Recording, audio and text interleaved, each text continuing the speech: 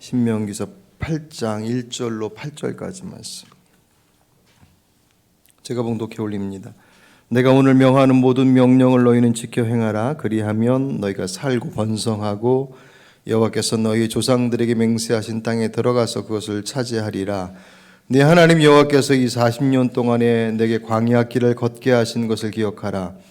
이는 너를 낮추시며 너를 시험하사 내 마음이 어떠한지 그 명령을 지키지 아니하는지 알려 하심이라.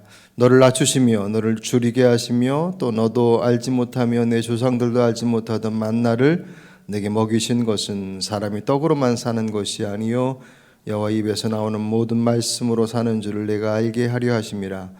이 40년 동안에 내 의복이 헤어지지 아니하였고 내 발이 부르트지 아니하였느니라.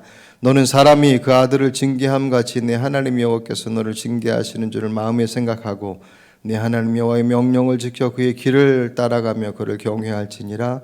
내 하나님 여호와께서 너를 아름다운 땅에 이르게 하시나니 그곳은 골짜기든지 산지든지 시내와 분첨과 샘이 흐르고 밀과 보리의 소산지요 포도와 무화과와 석류와 감람나무와 꿀의 소산지라.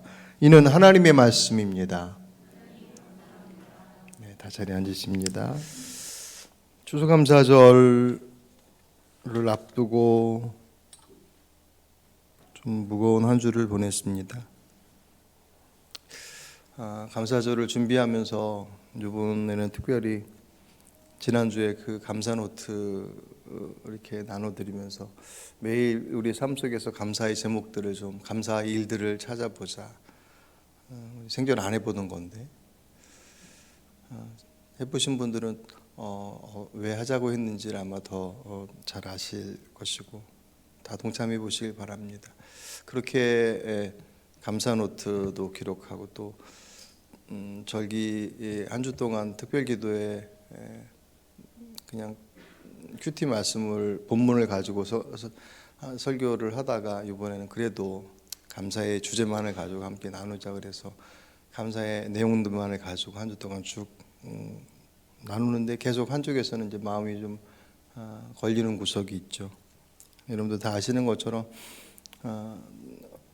이태원 3사로 인한 발생되어진 그 모든 상황들이 희생자와 부상자 그리고 유족들 뿐만 아니라 그 이후 나타나는 여러 가지의 조치의 상황들이 생각지 않은 방향으로 흘러가는 것들을 보면서 우리의 감사가 자칫 그냥 우리만의 그냥 내 삶 속에서 감사할 것들에 대해서 돌아와서 감사합니다라고만 하는 것으로 머무는 것 아닌가라고 하는 그런 생각이 들었기 때문입니다.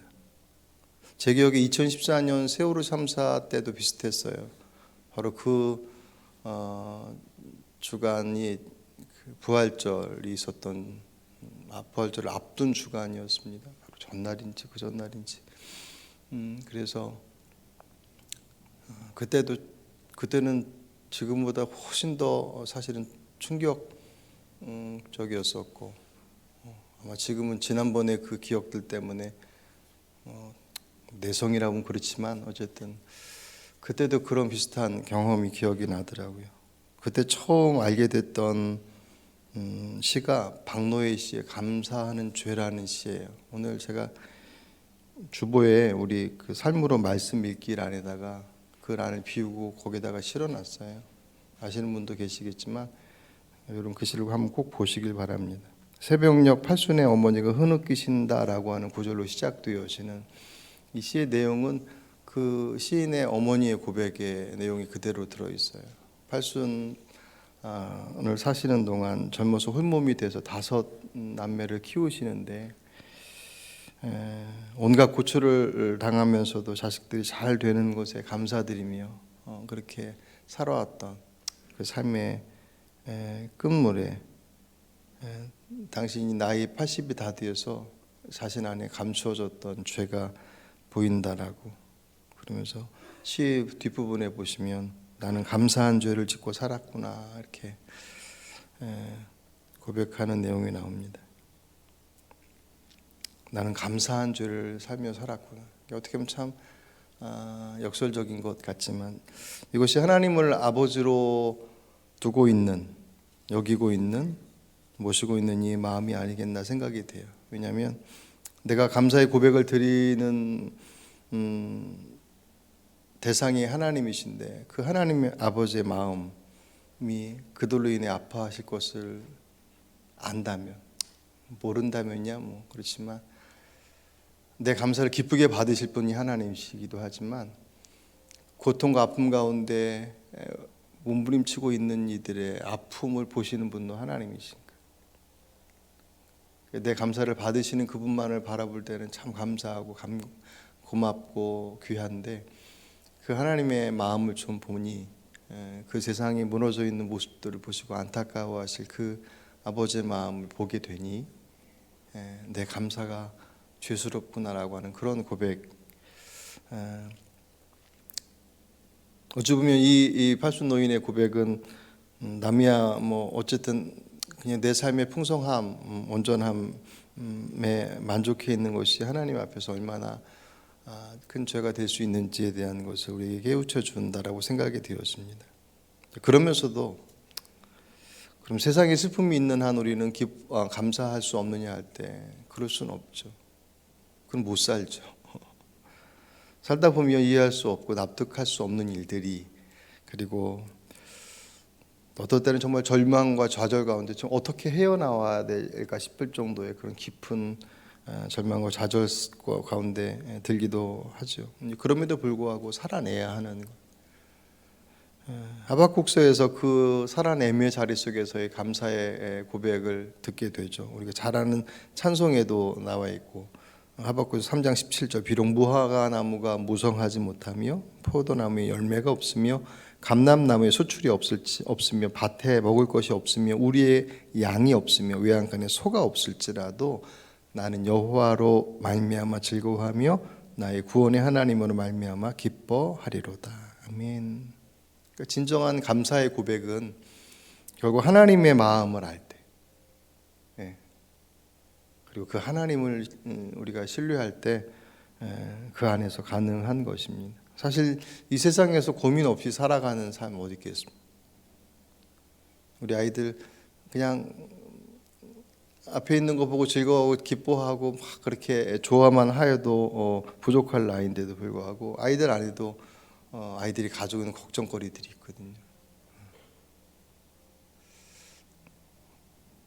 금요기도회 때 말씀을 같이 나누기도 했지만 결국 모든 인생은 수고의 짐을 지고 살아가는 것이다. 예수님께서 그렇게 말씀하시잖아요. 수고하고 무거운 짐진 자들아 다 내게로 오라. 내가 너희를 편히 쉬게 하리라. 아멘.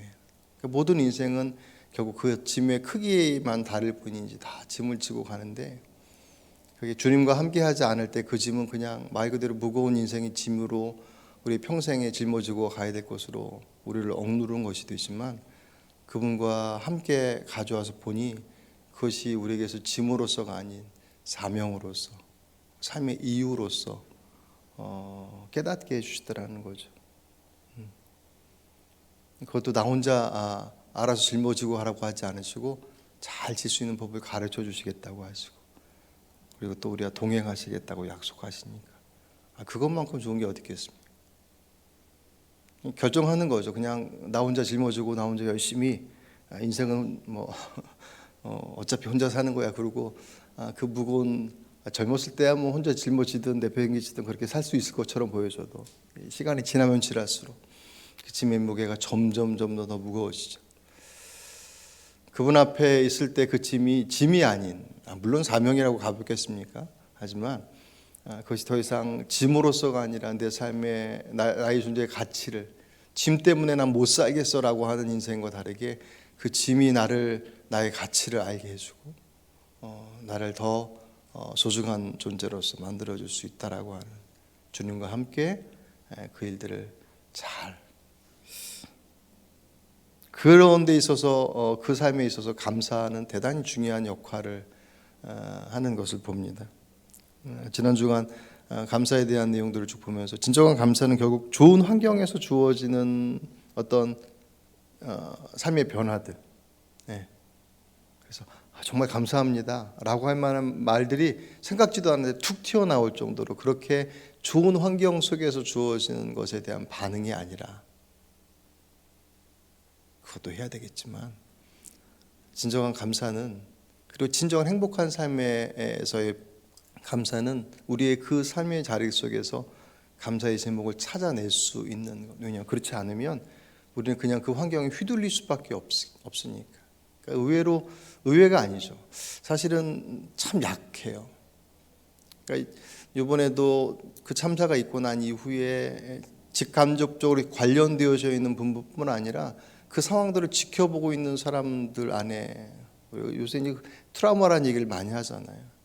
그 속에서 오는 트라우마가 또 있단 말이에요. 그러니까 내 가까이서 그것을 직접 목격하고, 여러분 그 장면 보셨어요? 그 사고 현장에서, 참사 현장에서 그 소방대장인지 그 지휘자, 그 소방관, 베테랑 소방관이 그 앞에서 이제 상황 보고를 하는데 막 손이 덜덜덜 막 떨리는 그 장면을 뉴스에서 이제 클로즈업 하더라고요. 그러니까 그분의 일은 그런 현장에서 그렇게 오랫동안 그 일을 하셨음에도 불구하고 그 상황들이 얼마나 참혹했으면, 그것을 바라보고 있는 그 현장 속에서 그것을 경험한 사람들은 얼마나 고통이 깊게 자리했겠습니까? 뉴스를 보고 그냥 전에만 들어도 그것이 우리 안에 흔적들을 남기는데, 그만큼 약한 것이 우리들의 인생인데, 우리들의 마음인데, 그렇게 상황에 끌려다니다 보면 그런 상황, 그런 모습들, 그런 문제들이 없는 그런 꽃같이 자랄 수 있는 곳에, 정말 이렇게 하우스에서 그렇게 자랄 수 있는 환경 가운데만 있다고 한다면 그럴 수가 있겠습니까? 그런 것도 없을 것이고 그럴 수도 없을 것이고. 그러니 우리 인생이 그렇게 우리의 환경에만 우리들의 삶을 맡겨서 감사할 만한, 기뻐할 만한, 좋아할 만한 일이 있는 것에 반응하는 그런 모습으로 감사의 고백을 이룬다면 평생의 우리의 삶은 감사하는 우리 안에서 찾아보기 힘들 거예요. 감사는 우리의 자세이고 우리의 결단이라고 그랬습니다. 그 속에서 내가 살아가야 될 이유를 찾아낼 때, 나는 더 이상 그 감정과 느낌과 상황에 휘둘리는 삶이 아니라 그 속에서 내 삶을 끌어가는 그런 삶을 살아갈 수 있지 않겠습니까? 그래서 감사가 환경을 바꾸지 못하지만 감사의 태도를 바꾸면 그 태도는 내일의 환경을 바꿀 수 있습니다. 감사합니다라고 하는 지금의 고백이 지나온 내 환경, 지금의 내 환경을 당장 바꿀 수는 없지만 그 감사로 고백하는, 결단하는, 그렇게 살기로 작정한 나의 삶의 태도의 변화는 내 이후의 삶을 충분히 바꿔낼 수 있죠. 그것을 우리 안에서 결정하는 것입니다. 그럼에도 불구하고 그것이 우리 안에 단번에 완성되는 것이 아니라 없는 길 자주 다니다 보면 길이 되는 것처럼, 그 감사의 고백이, 결단이, 다짐이 우리 안에서 반복되었을 때 그것이 우리에게 습관처럼 되어지는 것이고, 그 습관처럼 되어지는 우리들의 시각의 변화들이, 안경 낀다고 그랬잖아요. 빨간색 선글라스 끼면 빨간색으로 보이는 것처럼 불평으로 보게 되면 다 불평거리밖에 되지 않지만 감사로 보기로 작정하고 찾아보면 그 험난한 세상 속에서도 다 보이더라는 거죠. 그것이 우리에게 습관이 되었을 때 우리들의 삶이 그렇게 보게 되는, 그 세상을 그렇게 보게 되고 그렇게 살게 되는 것이죠. 그럼에도 불구하고 진정한 감사는 앞에서 우리가 고백했었던 그 하나님과 동행함이라고 하는 것들이 이루어질 때 온전한 감사가 이루어질 줄 믿습니다. 신명기 8장은 고난의 연속, 그 광야의 삶이 어떻게 우리에게 감사의 제목이 될 수 있는지를 어떻게 보면 간략하게 설명해 놓은 것입니다. 광야 40년 동안의 인생 여정들 속에서 모세가 마지막 정리하면서 설교했던 내용들인데, 광야가 축복일 수 있는 이유, 감사의 제목일 수 있는 이유는 광야가 하나님과 소통할 수 있는 시작점이 되기 때문에. 왜냐하면 광야라고 하는 것, 그러니까 고난, 어려움이라고 하는 것의 특징들은 단절, 고독, 외로움이에요. 그러니까 어렵다라고 하는 것도 힘들지만, 그러니까 그런 거죠. 이거 어떻게 되지라고 하는 문제 앞에 딱 섰을 때 그 문제도 문제이지만 더 큰 문제는 내 그 문제 앞에 서 있는 나의 모습을 잘 사람들은 몰라요. 많은 군중 가운데 있는데 그 군중 속에 있음에도 불구하고 내 사정, 내 마음 알아주는 사람이 하나도 없어요. 그때의 삶의 무게는 훨씬 더 크죠. 그러니까 옆에서 사실 손 하나 내미는 게 이게 뭐가 되겠어라고 싶은, 꽃 한 송이 갖다 놓는 것이 무슨 의미가 있겠어라고 생각되어지는 그 꽃 한 송이의 무게가 아무도 없는, 내 마음 누구도 몰라라고 하는 그 공허함 속에서 내미는 손은 더 굳건한 손이 되지 않겠습니까? 사실 잘 몰라요. 사람들의 마음은, 다른 사람들의 마음은 잘 몰라요.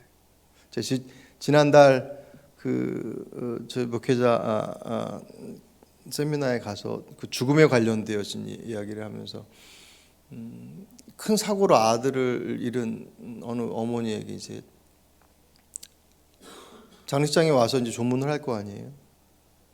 근데 어떤 조문을 받는 것이 제일 힘든 게 뭐였습니까? 라고 할 때 제일 들으면서 제일 불편했던 말이 산 사람은 살아야지 라는 말이었대요.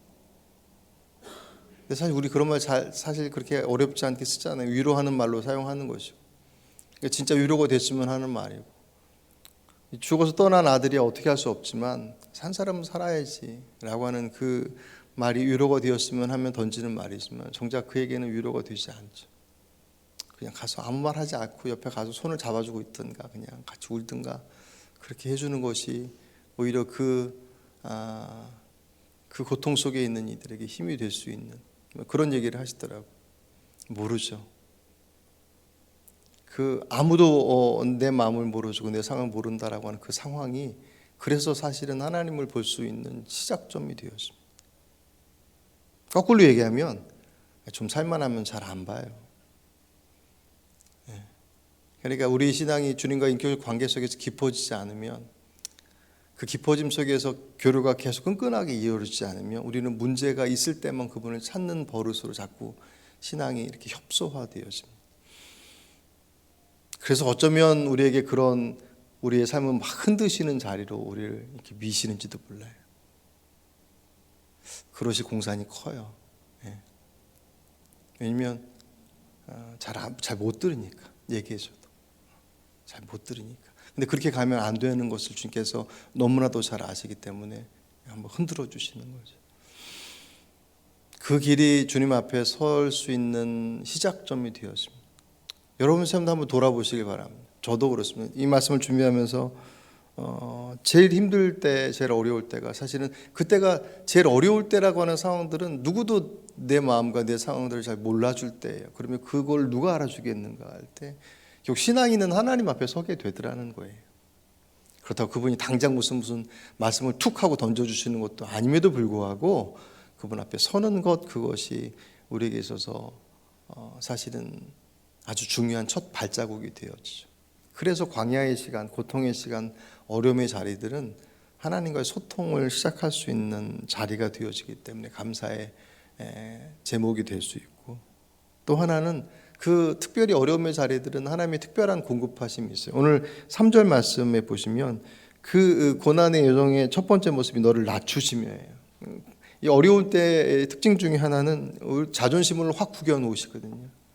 자존심 구긴다는 게 나 그냥 이거 사람들 앞에 체면 구기고 뭐 그런 모습일 수도 있겠지만, 자존심이 구긴다라고 하는 것은 결국 내 안에 있는 내가 할 수 있어라고 생각했었던 나의 그 주권이 무너지는 거예요. 짓밟히는 거예요.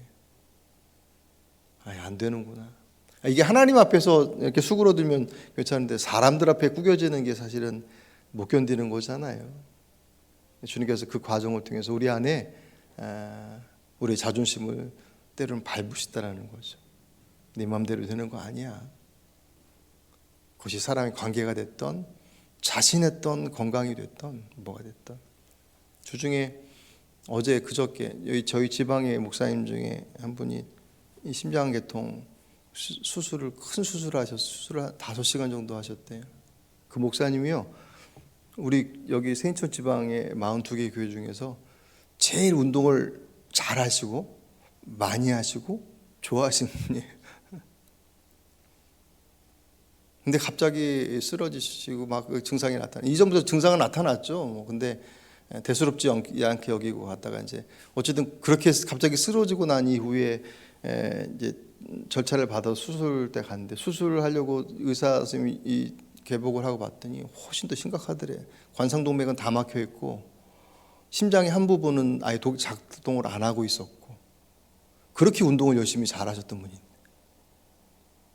그럼 목사님이 어제 저희 이제 목사님들 동문 목사님들인데다 이렇게 간증 비슷하게 글을 올려놓으시더라고요. 아무리 자신이 있다고 얘기하고 아무리 자신 있어 보여도 그건 내 생각이고 다른 사람들이 그냥 봐주고 응원해 주는 것이지 할 수 없음의 벽에 서면 모두가 다 낮아질 수밖에 없습니다. 그래서 그 고난의 자리는 우리를 낮추시는 자리예요. 너 안 돼, 안 될 수 있어, 정신 차려야 돼 라고 하는. 또 하나의 자리는 줄이게 하신다. 여기 3절에 너를 낮추시며 너를 줄이게 하시며, 줄인다는 건 경제적인 궁핍만 의미하지 않습니다. 모든 것에 결핍을 의미해요. 고난의 자리들은 결국 그 안에 아무것도 없다라고 하는 자리에 그냥 맞닥뜨리게 되잖아요. 경제적 결핍이 거기에 더해지면 더 큰 것이고 관계적인 결핍도 마찬가지고 모든 것들이 그 결핍의 자락 속에 있을 때 우리 안에 있는 어찌 보면 그것을 통해서 또 다른 우리 안에 나의 모습들을 다스리시는 것이죠. 하나님께서 모세를 이스라엘의 지도자로 사용하시기 위해서 이집트의 왕자로서의 시간들을 지키신 것만큼 광야에서의 시간들을 훈련의 자료로 그를 내모셔요. 예. 왕자로서 준비했던 40년의 시간만큼이나 광야에서 준비한 40년의 시간이 그에게는 동일하게 필요했던 시간이에요.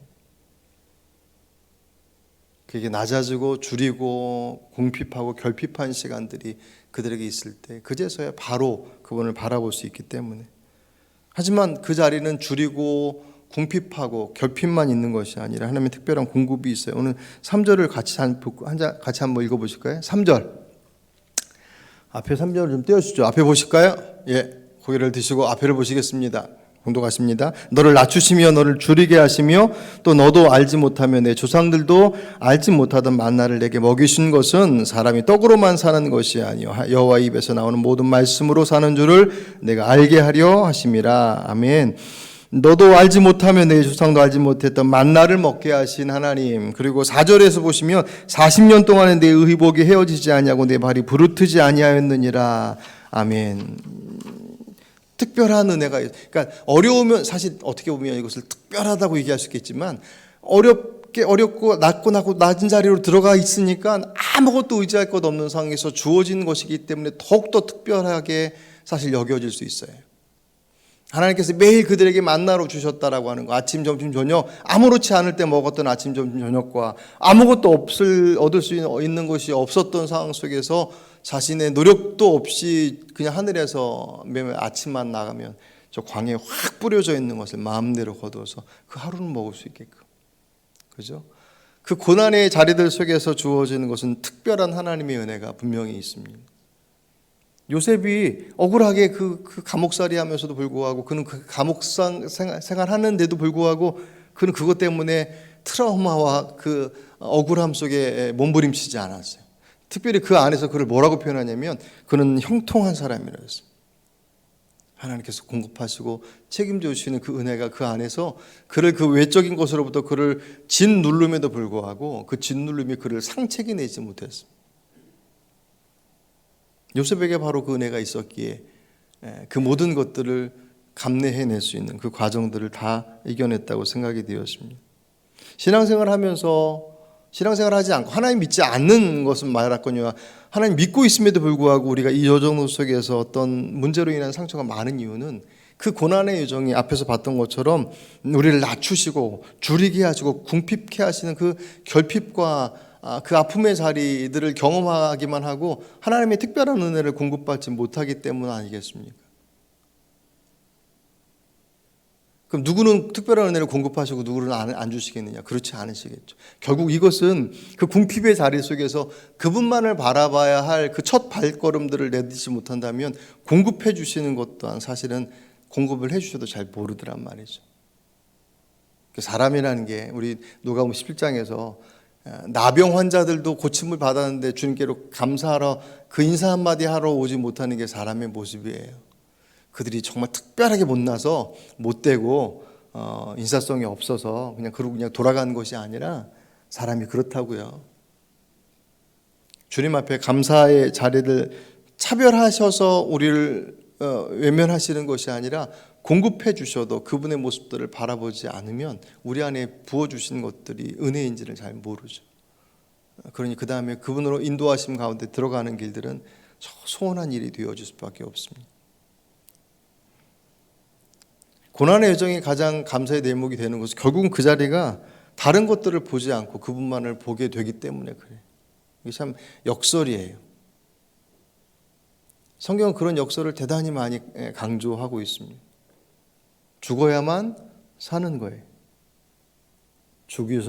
십자가의 죽으심으로 우리를 살리셨고 우리 스스로가 죽을 때 우리의 삶이 영원한 삶으로 가는 것이죠. 그 역설들이 신앙의 성경 안에 수없이 많이 기록되어져 있습니다. 고난의 여정들이 못 살겠다라고 얘기하지만 하나님께서 그 자리에 우리를 밀어넣으셨다라는 것은 죽이려고 하신 게 아니에요. 오늘 본문에서도 하나님의 징계라고 하는 표현들이 나와 있지만 죽이시려고 그 자리에 절대로 밀어넣지 않으시죠. 절대로 죽으라고 밀어넣으시지 않으시는 분, 그것은 성경에서 끊임없이 반복되어 오고 확인되어 왔던 모습들이고 여러분의 개인의 삶 속에서도 아마 그런 고백이 있으신 분도 있을 거라고 생각이 되었습니다. 그것을 잊지 마십시오. 왜 그때는 그랬는데 지금은 안 그러냐고 생각하지 마십시오. 변함없으신 분이십니다. 그때는 어린 시절이었기 때문에 주님께서 더 선명하게 보였을지 모르겠지만 지금은 이제 좀 견뎌봐 그러실지도 몰라요. 다 다르니까 똑같이 적용할 수 없겠지만 분명한 것은 그 자리에는 하나님만을 바라보며 살게끔 되어 있기에 그 자리가 감사의 고백이 될 수 있다라고 하는 것입니다. 사실 녹록치 않죠. 그 고난의 자리 속에서 감사합니다라고 고백하는 것이 어찌 가능하겠습니까? 그래서 사실 감사는 태도이고 결단이라고 하는 것이 중요하다는 것이 그분은 변함이 없으신데 우리는 자꾸 안에서 감정적으로 이리저리 환경에 의해서 바뀌어지니까. 사람이 떡으로만 사는 것이 아니요 하나님의 말씀으로 사는 것을 알게 하는 것이다. 그것이 우리에게 고난의 여정도로 허락하신 뜻이래요. 그러니 그 시간은 떡으로 사는 것이 아닌 말씀으로 사는 것, 이 땅의 것으로 사는 것이 아닌 그분으로 사는 것이다라고 하는 것을 철저하게 훈련받는 시간이다라고 하는 것, 그것만 다 기억하고 있다고 한다면 그 자리는 우리에게 더 풍성한 것들을 경험할 수 있는 그런 기회가 되더라는 거죠. 그리고 무엇보다도 오늘 7절 말씀, 7절 이 후반절의 말씀 보시면 주님께서 그들의 목적, 내 하나님 여호와께서 너를 아름다운 땅에 이르게 하시나니, 결국 그것이 목적이죠. 가나안 땅에서 광야에서 잘 사는 게 그들의 목적이 아니죠. 광야에서 잘 사는 게 절대로 목적이 아닙니다. 그곳에서 주님을 알게 하시고 그들이 가야 할 곳, 그곳으로 인도하시겠다. 반드시 회복시키신다라는 거예요. 그게 물리적으로 환경의 회복이 될지 아니면 우리의 심정적 회복이 될지 어떤 것인지 모르지만 그 회복들을 통해서 그 모든 것들이 함께 합력하여서 조정되어져 가는 거겠죠. 왜냐하면 그 과정을 통해서 하나님을 보는 법을 배웠습니다. 그 다음부터는 그분과 동행하는 짐이 아닌 사명인 삶을 살아갈 수 있습니다. 그러니까 어떤 고난과 역경의 모습들이 여러분들에게 다가올 때 두려워하지 마십시오. 지금 우리 교회가 맞닥뜨리고 있는 상황도 마찬가지 아니겠습니까? 뭐가 두려웠겠습니까? 그러니까 남의 문제, 그런 차원에서 접근하지 말고 다 어렵지만, 다 힘겹지만 그 시간을 우리에게 허락하신 분이 하나님이시, 절대로 실수하지 않으시는 분이신, 우리를 그 자리에 지금 밀어넣으셨어요. 우리를 낮추시고 궁핍케 하시고 우리가 가지고 있는 것들을 자꾸 흔들어 대셔요. 내가 잡고 있는 게 진짜인 줄 알았는데 그게 내 삶의 목표라고 생각했는데 그것만 가지고면 행복하다고 생각했는데 그것이 내 안에서 쑥 빠져나가는 것을 경험하면서 그게 내 인생의 행복이 아니구나라고 하는 것을 보여주셔요. 그걸 자랑했던 나를 낮추셔요. 그것을 통해서 내가 봐야 될 분이 누구인지를 이미 우리는 알고 있습니다. 그분께로 시선을 돌릴 때, 그리고 그분의 인도하심 앞에 우리의 삶을 맡겨 한 발짝씩 나갈 때, 당장에 100점을 맞으라 얘기하지 않으시고 당장 무슨 뭐 나가서 목회를 하라 얘기하지 않으십니다. 우리에게 그 시선을 빌려서 감사를 결단하며 조정하려고 하는 그 마음의 문을 열 때 주께서 더 이상 그것이 짐이 아닌 사명의 자리로 우리를 불러주시겠다고 말씀하십니다. 인간은 누구나 광야의 삶을 살아갈 수밖에 없습니다. 이 자리에 함께 있는 우리 아이들, 여기 지금 제일 막내가 하랑이죠. 모든 인생의 여정들이 결국은 크고 작음의 문제일 뿐이지 짐을 가지고 태어났습니다. 그 짐이 더 이상 여러분에게 짐이 되지 않기를 바랍니다. 그분 앞에서 그 짐은 사명으로 바뀌어지고 그분과 동행함으로 그분이 가르쳐 주신 방식을 통하여서 그 사명은 여러분들을 더욱더 귀하고 복된 삶의 존재로 반드시 거듭나게 하실 줄 믿습니다. 그리고 그 거듭남의 풍성함들은 여러분들 안에서, 여러분의 가족으로, 우리 공동체 안에서 머물지 않고 반드시 흘려보내져야만 합니다. 앞에서 소개했던 그 감사하는 죄라고 하는 그 한탄의 고백들이 우리 안에서 되뇌이지 아니하고 진정한 주의 인도하심들을 감사하며 그 감사함이 헛된 것들을 바라보며 살아간 이들에게 잘 흘려보내어짐으로 인하여서 주님께서 기뻐하시는 그 복된 믿음의 삶을 살아내시는 저 여러분이 되시길 주의 이름으로 축복합니다. 오늘